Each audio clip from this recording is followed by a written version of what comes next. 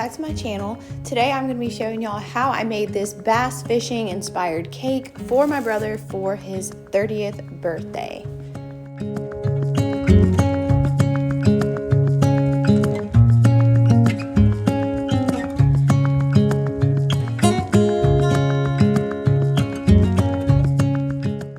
Here I'm just putting the cakes together, and I used the drawing that I did of the bass as a template. So I kind of go around and I would just carve out all of the excessive pieces that I do not need, and then I put the buttercream over it, and that kind of acts as a glue. And so when I put it back into the fridge, the crumb coat will firm back up, and like I said, it will be really easy to use with the molding chocolate.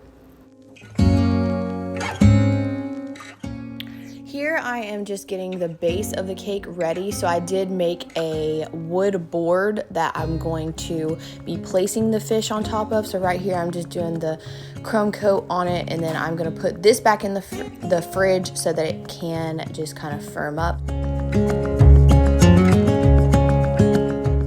I do use modeling chocolate for my cakes, so right here I just placed a layer of modeling chocolate over it, and then I am just notching out the design for the wood, kind of giving it like a faux wood look. And now I'm using the edible paints in order to just kind of give it some dimensional looks. I'm just adding a lot of browns and some blacks, and then even some blacks and some grays mixed onto what would be the screws on the wood board.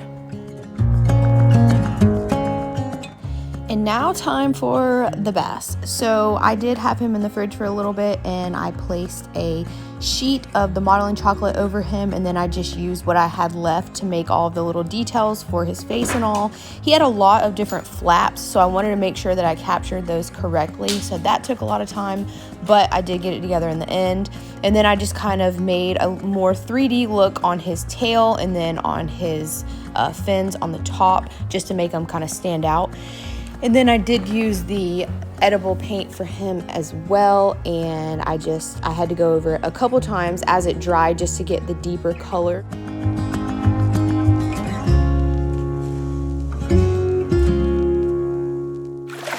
here is the finished product. Thank y'all so much for watching, and stay tuned for another cake video coming soon.